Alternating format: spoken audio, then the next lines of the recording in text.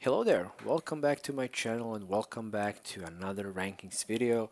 I'm continuing with 90s series. So last time I talked about 1990 and it's natural for me to continue with my top 10 favorite albums from 1991. I'm definitely feeling the mood filming these kind of videos and revisiting some of these records from the 90s. It feels really nostalgic for me. And this year is objectively better than 1990. I mean, there are a bunch of heavy hitters here. Some of them made the cut, some of them didn't make the cut, but all in all, I really had a great time revisiting some of these records. It was really hard for me to make this list as well because you will see some of the albums considered the best of the year are not on my list, but this is just like my opinion, my personal favorites from the year, and I really like for you if you have your own lists to put them in the comment down below. So, like I said, I had a blast revisiting some of these records, and some of them really surprised me, as did my number 10 on the list, which is Primus, Sailing the Seas of Cheese. I always liked Primus, but I never thought that one of their records will end on my list of albums of the year. But weirdly enough, this album did. It is weirdly good. It is weird. Les Claypool's bass playing is something else. Musically, this album is fantastic. The playing is great. In a way, an almost perfect funk metal album. The way Les Claypool sings is the most chaotic out of the three records, of the first three records. But at the same time, it is their more accessible record than the previous, even gaining mainstream success with songs like Tommy the Cat and Jerry Was a Race Driver. My only problem and gripe with this album is that the guitars, apart from the bass obviously, which sounds great, the guitars are thin. It is a great fun listening, and I had a blast listening to this album and enjoyed so much so that I had to put it at number 10. At number 9, I have an album that I already talked and covered in my video when I talked about Death. So, obviously, my number 9, Death, Human. This album marked a significant change in band sound. The song structure is more complex and progressive compared to the previous three records. The lyrics are also more introspective as well. We have a new drummer, Sean Reinhardt, who is a beast, and he was only like 20 at the time. Cynic just started out as a band. The sheer technicality here is amazing. One of the uh, better produced death metal records from that time. It is clearly obvious why this album was so influential and ahead of its time. It set the blueprint for every other technical death metal. Some highlights from this record are the opening track, Flattening of Emotion, Lack of Comprehension, and Vacant Planets for me. All in all, an important album in death metal history. It is a important album in death discography. Fantastic record. At number 8, I have the debut record by Smashing Pumpkins, Gish, which might be their more underrated records, overshadowed by the success of Siamese Dreams and Melancholy and the Infinite Sadness. But this album rocks. Some great guitar work by Billy Corgan, who is, in my opinion, an underrated guitar player as well. The playing here is really good. There are a bunch of solos. It is a more guitar-oriented record and less catchy, maybe, than Siamese Dreams or Melancholy. Less hooky, maybe, but even still, there are bunch of memorable tracks here. The heavy riffs inspired by Black Sabbath and Led Zeppelin, infused with some sensuality of Bauhaus, The Cure, and even psychedelia, as evident on songs like Rhinoceros, for example, or Windowpane. The production is raw, heavy, and I like how guitar sounds here. It is produced by Butch Vig, who will become more famous for some other work, especially on Siamese Dream or in Nirvana's Nevermind.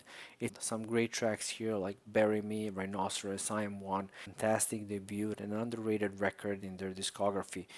At number 7, I have a fourth studio album by Brazilian thrash metal band Sepultura, and as their previous record Beneath the Remains, it is an album combining elements of thrash metal and death metal, but they started to experiment with different styles and different genres of music. Tribal drumming and Latin percussion made its first appearance on this record, something that they will fully embrace in the mid 90s with Roots, a heavily underrated thrash metal band that wasn't as famous as Metallica or Megadeth or Slayer, but they managed to release two back to back fantastic albums. Well, let me rephrase that, three back to back fantastic albums. I'm going to count Chaos AD, which came after Arise, which is also fantastic. The album is full of great and ferocious riffs and some fantastic work by Igor Cavalera. So yeah, definitely an underrated record from 1991 and a great thrash metal record.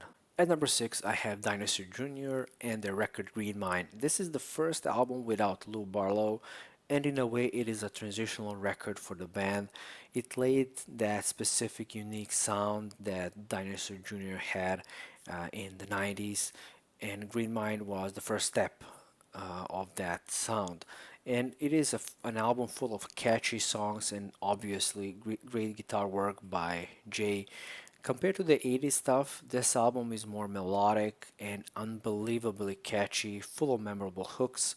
There's something special about these Dinosaur Jr. records from the 90s. They feel really nostalgic. That unique, lazy vocals from Jay paired with tremendous guitars set them apart from anything else in the 90s. Songs like The Wagon or the title track are classics. It is a fantastic album and fantastic start for the decade for Dinosaur Jr. At number 5, I have a hip hop album and one of my favorite rap albums ever, and in my opinion, one of the best, if not the best, jazz rap album of all time, and that is The Low End Theory by A Tribe Called Quest. This is one of the first records to fuse hip hop with jazz elements, and it is a masterfully produced album all the way through. This is a perfect hip hop record, 14 tracks, and they're all fantastic. No interludes, just proper songs. The lyrics are introspective, dealing with wide range of different themes and subjects, and I love that. And what I love the most about these records are the beats, which are masterfully crafted. This is, like I said, my favorite kind of hip hop. This kind of minimal, jazzy, chilled, and smooth like butter style that this album has. And yeah, this is a classic, and to me, the best hip hop album of the 90s, in my opinion. At number 4, I have Talk Talk and their final studio album, their swan song release, Laughing Stock. The surrealist cover artwork perfectly represents this beautiful album.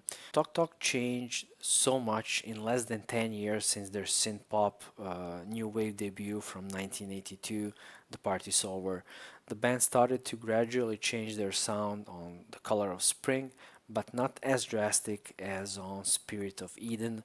Both fantastic in their own right, but to me, this is the culmination of those two and a perfect swan song release. Jazzier instrumentation and more organic flow than its predecessor really makes listening to this album such a meditative experience. It is less hooky than their previous release, less catchy, but there's something special about it, the way it sounds, the way it builds. Uh, it has everything I like about post rock, which this album belongs to. I mean, it is a very influential album in that genre of music, and to me, it is a masterpiece. At number 3, I have an album that I never thought would reach my top 10. I was wrong. I still think this album is perfect even to this day, and that's of course Nirvana's second studio album, Nevermind, one of the biggest albums from that year and the whole decade, a seminal rock record from the 90s. And you may wonder, whoa, where's Pearl Jam here on the list? Still no 10. Pearl Jam is not in my top 10. It is in my top 25 though, but I was never a big Pearl Jam fan. always preferred bands like Alice in Chains, Soundgarden, and Nirvana over them. I just don't connect with them as I connect with the other bands. There's something about his voice that's off-putting, and you know, I don't like it that much. But anyway, we're not talking about Ten or Pearl Jam here. We're talking about Nevermind, which is a huge record, and it's a big change in their sound from Bleach. Bleach was heavy, raw. It was a different beast. But this album, Nevermind, is full of melodies and catchy hooks, and these are basically rock songs with pop sensibility. And another big change over Bleach is the drummer. We have Dave Grohl on drums, who was flawless here and one of the highlights from the record. His drum fills are basically hooks from top to bottom, every song. I mean, Chris Novoselic is also killing here, some fantastic bass lines, especially on Lithium and Breed. Quite loud dynamic, perfected by Pixies, is also very present on Nevermind, and Kurt gave it a specific Nirvana touch to it. And this album is really something special. And like I said, I never thought that it's gonna reach my top 10 because it was really long time since I heard Nevermind in full. But I was really wrong. It is still a perfect album and well deserved the praise it got during the release and even today. So yeah, number 3, Nirvana, Nevermind. At number 2, well, if you know me, you can kind of expect because I never get tired talking about Swans. Yes, number 2, Swans, White Light from the Mouth of Infinity. Ah, yeah. I don't know how many times I talk about swans on this channel, but definitely it's not gonna be the last time. White Light from the Mouth of Infinity is, in a way, a continuation of their previous record, The Burning World, but much better. It is folky, gothic, and meditative album, even though the instrumentation seems brighter and in some parts even joyful. There's sadness buried beneath all of that, especially in lyrics, which are dark as before. They're more self reflective and philosophical, even, dealing with life, religion, love, death. Jira sounds better than ever, especially in combination with Gerbo. The songs are well crafted and enjoyable, moody, and effective in what they were trying to convey. The production and arrangements are beautiful, and it's a fantastic album. But there is one more record from this year that hits even harder, and that is, drumroll, My Bloody Valentine, Loveless. The most seminal shoegaze album of all time. That cover artwork alone represents basically how shoegaze sounds like. Distorted wall of sound that hits you in the face. Even though the album didn't sell as well, since they spent a lot of money producing it in the first place, it became one of the most well-known records of the 90s and one of the most influential records of the 90s. And the production is really amazing here. It's for the books. How did they even manage to do this? I'm baffled.